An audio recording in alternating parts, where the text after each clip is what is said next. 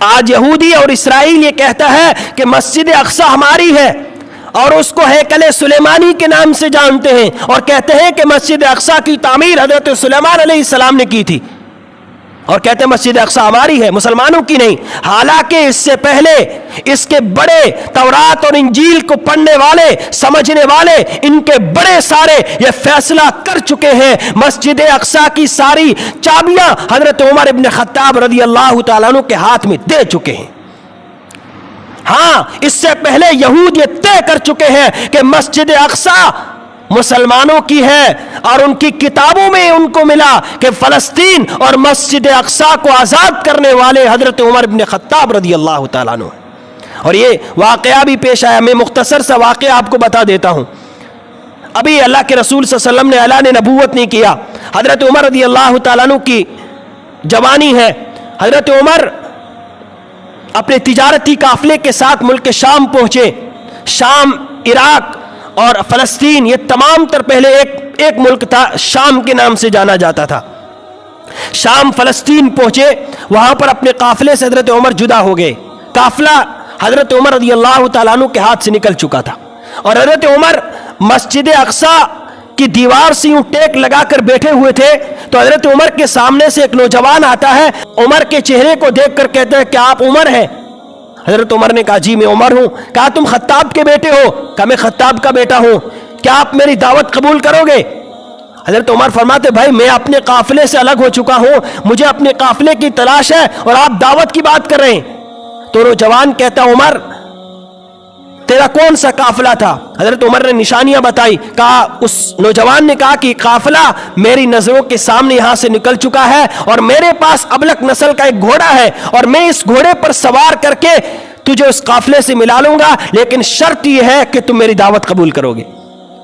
حضرت عمر رضی اللہ تعالیٰ عنہ اس نوجوان کے اصرار پر اس کے گھر پہنچے، اس کی دعوت کھائی اور دعوت کھانے کے بعد وہ نوجوان ایک دستاویز لے کر آیا جسے اسٹیمپ پیپر کہتے اپنی زبان میں۔ وہ دستاویز لے کر حضرت عمر کے سامنے کیا اور کہا کہ عمر اس دستاویز پر لکھ دیجئے کہ جب آپ اس زمین کے حاکم بنیں گے، جب آپ اس زمین پر حکمرانی کریں گے تو میرے سے ٹیکس نہیں لیں گے۔ حضرت عمر نے فرمایا بھائی تو کیا میرے ساتھ مذاق کر رہا ہے؟ میں عمر خطاب کا بیٹا جسے اونٹ چرانے نہیں آتے، میں یہاں پر حکمرانی کروں گا، میں فلسطین کو آزاد کروں گا، مسجد اقصی کو فتح کروں گا، مجھے اونٹ چرانے نہیں آتے، میں شام کو گھر پہنچتا ہوں، خطاب تھپڑے مارتا ہے کہ عمر تجھے اونٹ چرانے نہیں آتے، میں مسجد اقصی کو فتح کروں گا۔ وہ نوجوان کہتا عمر آپ لکھ دیجئے۔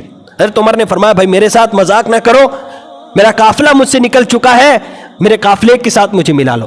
وہ نوجوان کہتا عمر آپ مذاق میں اس پر لکھ دے۔ حضرت عمر نے اس دستاویز پر لکھ دیا کہ جب میں اس زمین پر حکمرانی کروں گا تو تم سے ٹیکس نہیں لوں گا۔ حضرت عمر نے لکھ دیا، اس نوجوان نے اس دستاویز کو بند کر دیا اور رکھ دیا اور حضرت عمر کو سواری پر سوار کیا اور قافلے سے ملا کر واپس آ گئے۔ بات ختم ہو گئی۔ حضرت عمر مکہ المکرمہ پہنچ چکے، اللہ کے رسول نے اعلان نبوت کیا اور حضرت عمر رضی اللہ تعالیٰ عنہ پہلے دشمن اسلام بن کر، دشمن رسول بن کر اللہ کے رسول کا سر لینے کے لیے وہاں پہنچے ہیں، لیکن واقعہ کچھ الگ ہوا کہ حضرت عمر سر دے کر آ گئے، اسلام قبول کر لیا۔ اللہ کے رسول صلی اللہ علیہ وسلم نے اعلان نبوت کیا، حضرت ابوبکر صدیق اسلام لائے، حضرت عمر فاروق اسلام لائے، اللہ کے رسول اس دنیا سے پردہ فرما کر چلے گئے۔ اس کے بعد حضرت ابوبکر صدیق خلیفہ بنے، حضرت ابوبکر نے خلافت کا دور چلایا، حضرت ابوبکر صدیق کا انتقال ہو گیا اور اس کے بعد حضرت عمر فاروق رضی اللہ تعالیٰ عنہ خلافت کے عہدے پر آئے۔ ابھی مسجد اقصی فتح نہیں ہوئی ہے، مکہ المکرمہ میں ہے، ہجرت کر لی، مدینہ منورہ پہنچے اور وہاں پہنچ کر اس سے پہلے ایک قافلہ ابو عبیدہ بن جراح رضی اللہ تعالیٰ عنہ کا مسجد اقصی پہنچ چکا تھا اور جنگ کے لیے تیار تھا، لیکن وہ لوگ وہاں کے پادری مسجد اقصی کی چابیاں دینے کے لیے تیار نہیں تھے اور انہوں نے حضرت ابو عبیدہ بن جراح سے کہا کہ ہم آپ کو چابیاں دیتے ہیں، ہم آپ کو مسجد اقصی کی چابیاں دیتے ہیں ایک شرط پر کہ تم اپنے امیر المؤمنین کو یہاں بھیجو، وہ آ کر ہم سے چابیاں لے جائے۔ حضرت ابو عبیدہ بن جراح رضی اللہ تعالیٰ نے فرمایا کہ مدینہ منورہ یہاں سے ہزاروں میل دور ہے، کہا اگرچہ 1 سال لگ جائے لیکن تمہارا امیر المومنین ہمارے پاس آ کر چابیاں لے جائے۔ انہوں نے خط لکھا حضرت عمر کو، حضرت عمر مدینے میں ہے، خط پہنچا، پڑھا اور لوگوں کو، صحابہ اکرام کو جمع کیا اور کہا کہ وہاں سے فلسطین سے یہ خط آیا ہے کہ اگر مسجد اقصیٰ کی چابیاں لینی ہے تو حضرت عمر خود آئیں۔ حضرت عمر نے صحابہ سے مشورہ کیا اور ایک اونٹ کی سواری لی، اسلم نامی غلام کے ساتھ حضرت عمر رضی اللہ تعالیٰ عنہ نکلے ہیں اور باہر نکلے۔ حضرت عمر اسلم سے کہتے ہیں اسلم سفر بہت لمبا ہے، تھوڑی دیر تم سوار ہوں گے، میں نکیل پکڑوں گا، میں سوار ہوں گا، تم نکیل پکڑو گے، اسی طرح باری باری چلتے چلتے ہم مسجد اقصیٰ پہنچیں گے۔ 22 لاکھ مربع میل پر اسلام کا پرچم لہرانے والا ایسا عدل کا بادشاہ ہے کہ اپنے غلام کو سواری پر سوار کرتا ہے، اس کی باری میں خود نکیل پکڑ کر چلتا ہے۔ جب مسجد اقصیٰ کے قریب پہنچے تو اتفاق سے اسلم کی باری سوار ہونے کی تھی، عمر کی باری نکیل پکڑنے کی تھی۔ اسلم نامی غلام حضرت عمر کے سامنے ہاتھ جوڑ کہتا ہے امیر مومنین اللہ کے واسطے آپ سوار ہو جائیے، میں نکیل پکڑتا ہوں، آگے لوگ آپ کے استقبال میں کھڑے ہیں، پادری لوگ آپ کو چابیاں دینے کے لیے کھڑے ہیں، وہ کیا کہیں گے کہ کیسا غلام ہے، کیسا غلام ہے، خود سوار ہے اور امیر مومنین نکیل پکڑے ہوئے ہیں۔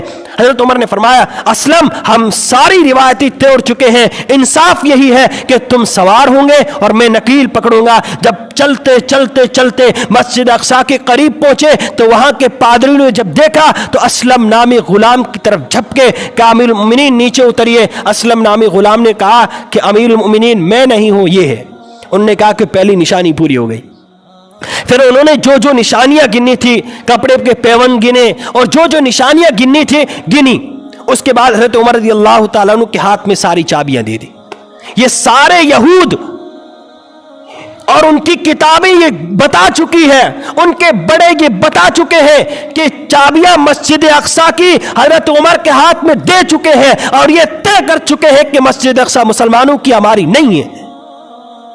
ہاں یہ سارے یہود، ان کی کتابیں یہ کہتی ہے، ان کے بڑوں نے یہ طے کیا ہے، ان کے بڑوں نے ساری چابیاں حضرت عمر کے ہاتھ میں دے دی ہے۔ آج یہود کہتا ہے کہ مسجد اقصیٰ ہماری ہے، تمہارے بڑے تو چابی حضرت عمر کو دے گئے، آج تم کہتے ہو مسجد اقصیٰ ہماری ہے۔ جب حضرت عمر نے چابیاں لی اور اتفاق سے مسجد اقصیٰ کی اسی دیوار کو ٹیک لگا کر بیٹھ گئے جہاں پر تجارتی قافلے کے ساتھ آئے تھے اور قافلہ نکل چکا تھا، اس وقت اس دیوار سے ٹیک لگا کر بیٹھے تھے۔ اتفاق سے ایک بوڑھا آدمی دو نوجوان کے سہارے حضرت عمر کے سامنے آیا، یوں نظروں میں لائی اور دیکھا کہ کہیں جانی پہچانی شکل لگتی ہے۔ حضرت عمر سے اس بوڑھے آدمی نے پوچھا کیا آپ عمر ہیں، خطاب کے بیٹے ہیں؟ حضرت عمر نے فرمایا جی میں خطاب کا بیٹا ہوں، میرا نام عمر ہے۔ اور اس بوڑھے نے ایک دستاویز نکالی اور حضرت عمر کے سامنے رکھ دی۔ وہی دستاویز تھی جو تجارتی قافلے کے بچھڑنے پر حضرت عمر سے دعوت کر کے اس نوجوان حضرت عمر سے لکھوائی تھی۔ جب اس دستاویز کو حضرت عمر نے دیکھا تو اس پر لکھا ہوا تھا عمر جب تو اس سرزمین کو فتح کرے گا، یہاں پر حکمران بنے گا تو ہم سے ٹیکس نہیں لے گا۔ اب ایک طرف اس بوڑھے آدمی سے جوانی میں کیا ہوا وعدہ تھا اور ایک طرف حضرت عمر کا انصاف تھا۔ انصاف کیا کہ حضرت عمر کے حکم پر ہوائیں پیغام لے کر جاتی تھی، جس کے کوڑے پر زمین کا زلزلہ رک جاتا تھا، جس کے حکم پر دریائے نیل چل پڑتا تھا، جس کے رومال سے ہررا کی آگ بجھ جایا کرتی تھی۔ ایسا حکمران تھا، ایک طرف انصاف کا تقاضا تھا، ایک طرف وعدے کو وفا میں بدلنا تھا۔ لیکن حضرت عمر صحابہ سے مشورہ کر رہے، صحابہ کہتے ہیں عمر اس وعدے کو وفا میں بدلا جائے۔ حضرت عمر ادھر مشورہ کر رہے ہیں، ادھر وہ بوڑھا آدمی حضرت عمر کو کہتا امیر المؤمنین مجھے کلمہ پڑھائیے، مجھے مشرف با اسلام کیجیے۔ حضرت عمر نے اس بوڑھے کو کلمہ پڑھایا اور کہا اللہ اکبر۔ اے بوڑھے آدمی مجھے بتا تو صحیح کہ بات کیا ہے، مجھے بتا تو صحیح یہ ہوا کیسے۔ وہ بوڑھا آدمی کہتا ہے کہ میں تورات کا عالم ہوں، انجیل کا عالم ہوں، میں نے اپنی کتابوں میں پڑھا ہے اللہ کا آخری پیغمبر آئے گا اور ان پیغمبر کے یہ اصحاب ہوں گے، ان کی یہ نشانیاں ہوگی، عمر نام ہوگا، خطاب کا بیٹا ہوگا اور وہ مسجد اقصیٰ کو فتح کرے گا، اس کی چابیاں مسجد اقصیٰ کی چابیاں عمر کے حوالے کر دی جائے گی۔ اور میں نے تمام تر علامات کو دیکھ کر تمہارے پاس یہ خط لکھوایا تھا اور وہ تمام تر چیزیں آج سچ ہو کر ثابت ہوئی ہے۔ اندازہ لگاؤ مسجد اقصی کی چابیاں یہودی ان کی کتابیں ان کے بڑے حضرت عمر کے حوالے کر چکے ہیں. آج اگر یہود یہ کہتا ہے کہ مسجد اقصی ہماری ہے تو اپنے دعوے میں جھوٹے ہیں. ویڈیو کے نیچے سبسکرائب کے بٹن پہ کلک کریں، بیل کے آئیکن پہ کلک کیجئے تاکہ ہر نئی ویڈیو کی نوٹیفیکیشن آپ کو مل جائے.